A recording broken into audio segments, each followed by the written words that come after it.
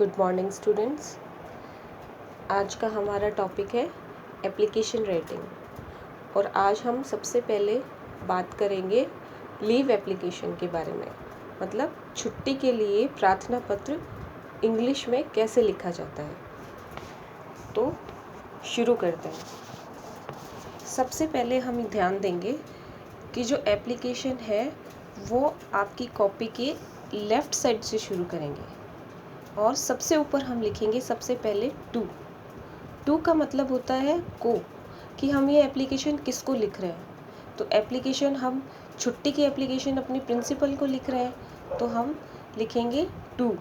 फिर किसको? The principal. अब आप देखिए कि टू में सबसे पहले मैंने कैपिटल लेटर में लिखा है टी, तो आप इन चीज़ों का ज़रूर ध्यान रखेंगे कि टी है वो कैपिटल लेटर में आएगा। उसके नीचे मैंने लिखा है द भी कैपिटल लेटर से शुरू हो रहा है टी, तो द प्रिंसिपल। फिर प्रिंसिपल का जो पी है उसको भी हमने कैपिटल लेटर में लिखना है, टू द प्रिंसिपल। फिर आएगा अपनी स्कूल का नाम कि हम कौन से स्कूल में पढ़ रहे हैं, तो अपनी स्कूल का नाम हम सबको पता है, तो मैंने यहाँ शॉर्ट में लिखा है गवर्नमेंट, GOVT का मतलब है गवर्नमेंट। फिर ये छोटा सा यहाँ पे मैंने डॉट लगाया है गवर्नमेंट। फिर G का मतलब है गर्ल्स, S का मतलब है सीनियर और S का मतलब है सेकेंडरी स्कूल। तो ये शॉर्ट में हो गया government girls senior secondary school. फिर ये स्कूल अपना कहाँ है, तो ये खूड़ में है, तो KHOOR खूड़, और खूड़ कहाँ है? सीकर में। तो ये हो गया एड्रेस कि हम ये स्कूल किसको लिख रहे हैं और ये इसका एड्रेस क्या है। ठीक है, फिर आगे चलते हैं। फिर आता है अपना सब्जेक्ट। सब्जेक्ट का मतलब होता है विषय, कि हम ये किसके बारे में लिख रहे हैं। तो ये अपने को पता है कि छुट्टी की एप्लीकेशन है, तो हम यहाँ लिखेंगे एप्लीकेशन फॉर 2 days लीव, यानी एप्लीकेशन का मतलब प्रार्थना पत्र, एप्लीकेशन है ये फॉर किसके लिए? 2 days 2 दिन की, लीव का मतलब छुट्टी। ठीक है, फिर हम एक लाइन छोड़ेंगे और नीचे लिखेंगे रिस्पेक्टेड मैडम। अब क्योंकि अपनी स्कूल में प्रिंसिपल मैडम है इसलिए हम मैडम लिखेंगे। अगर किसी स्कूल में प्रिंसिपल सर होंगे तो यहाँ हम क्या लिखेंगे? Respected sir. ठीक है, ये वैसे ही है जैसे आप हिंदी की एप्लीकेशन लिखते हो तो आप यहाँ से शुरू करते हो सेवा में, तो ये टू का मतलब सेवा में ही हुआ। फिर आप लिखते हो प्रधानाचार्य, तो प्रिंसिपल का मतलब वही है।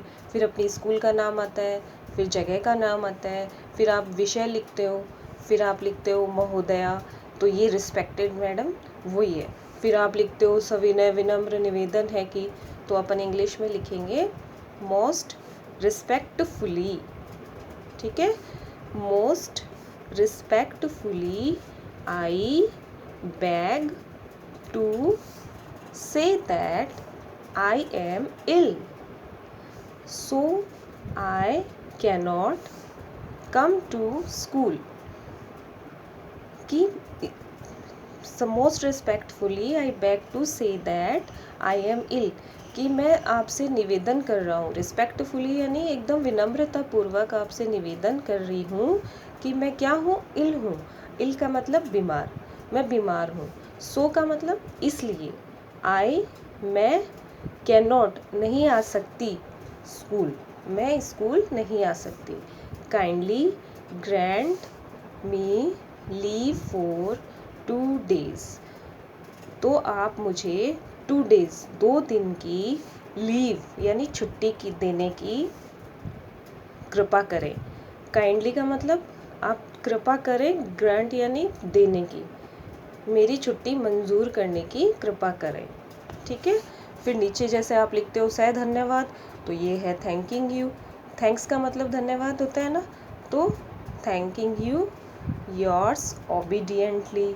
ये आप लिखते हो आपकी आज्ञाकारिणी, तो हम इंग्लिश में लिखेंगे योर्स का मतलब आपकी और ओबीडियंटली OBEDIENTLY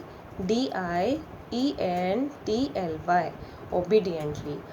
फिर अपना नाम आएगा, अब जिसका जो नाम है वहाँ पे वो अपना नाम लिखेगा। फिर अपनी क्लास, जो 6th का है वो 6th क्लास, 7th का है तो 7th क्लास, 8th का है तो 8th क्लास, और फिर आएगी डेट। जो आज की डेट होगी वो हम यहाँ लिख देंगे। ठीक है, आया सबको समझ में?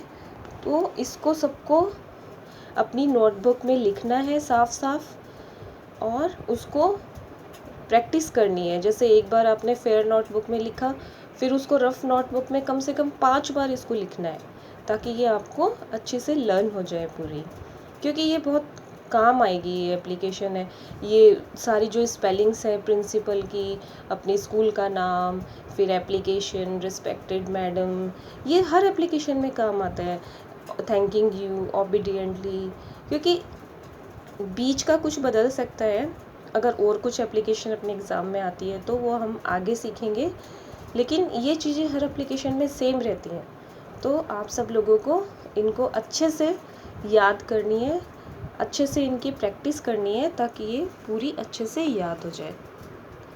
ठीक है स्टूडेंट्स, आगे हम नेक्स्ट जो बात करेंगे, अपना टॉपिक लेंगे, उसमें दूसरी एप्लीकेशन पे बात करेंगे।